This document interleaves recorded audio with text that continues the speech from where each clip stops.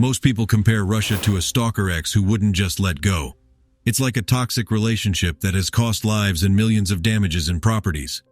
What went down? How did it get so bad? And how and when did Ukraine separate from Russia? The quick answer to the last question is that Ukraine gained independence from Russia in 1991, after the fall of the USSR. Who would have thought Ukraine is a millennial? You see, at first, Ukraine was one of the integral countries that formed the Soviet Union. At that time, it was called the Ukrainian Soviet Socialist Republic, and during that period, Ukraine was prospering in all fields. This was because Ukraine was the center of the Soviet arms industry and high-tech research. The country was also turned into a Soviet military outpost in the Cold War, which saw the country crowded by military bases packed with the most up-to-date weapons systems. Many members of the Soviet leadership came from Ukraine, as well as many famous Soviet sportsmen, scientists, and artists. It was really an age of bliss for Ukraine. So, you might be wondering why Ukraine left, if everything was so wholesome for them. Well, even though everything was going for them, there were still tensions, corruption, and ethnic conflict that made the Ukrainians feel uneasy about their position in the Soviet Union. On January 21, 1990, more than 300,000 Ukrainians made a human chain between Kyiv and Lviv for Ukrainian freedom. They did this to remember when the Ukrainian People's Republic and the West Ukrainian National Republic joined together in 1919. In support of togetherness, people went out into the streets and highways and held hands to make long lines. While the government was still trying to calm the protesters down and meet their demands, a coup happened.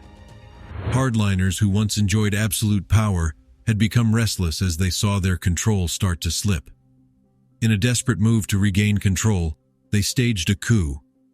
On August 19th, they announced that Gorbachev, the then president of the Soviet Union, was indisposed and unable to govern. But this bold move turned out to be a terrible mistake that hurt their cause badly.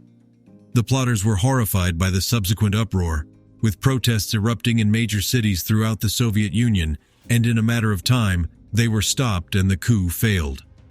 The plotters of the coup thought that the coup would make the Soviet Union as strong as it used to be when it was unified, but instead, the failed coup almost made the USSR fall apart. The coup scared both local communist nomenclature and Ukrainian nationalists, and saw a speedy process to independence.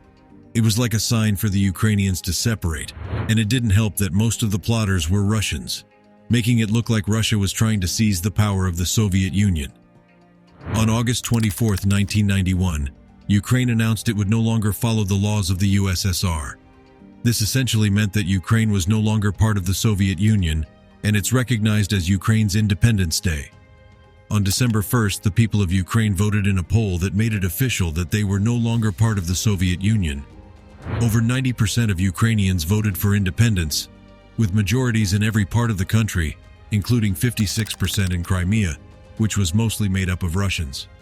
On December 26th, the leaders of Ukraine, Belarus, and Russia, which were the founding countries of the USSR, met in Belivej-Pushcha to officially end the union. With this, Ukraine's freedom became legal and was recognized by the rest of the world. That was how Ukraine got its independence. That is all we have for you today. Click the subscribe button and the like button if you enjoyed this video. Also, hit the little bell so you get notified when we post new videos just for you. Thank you for watching. Till next time.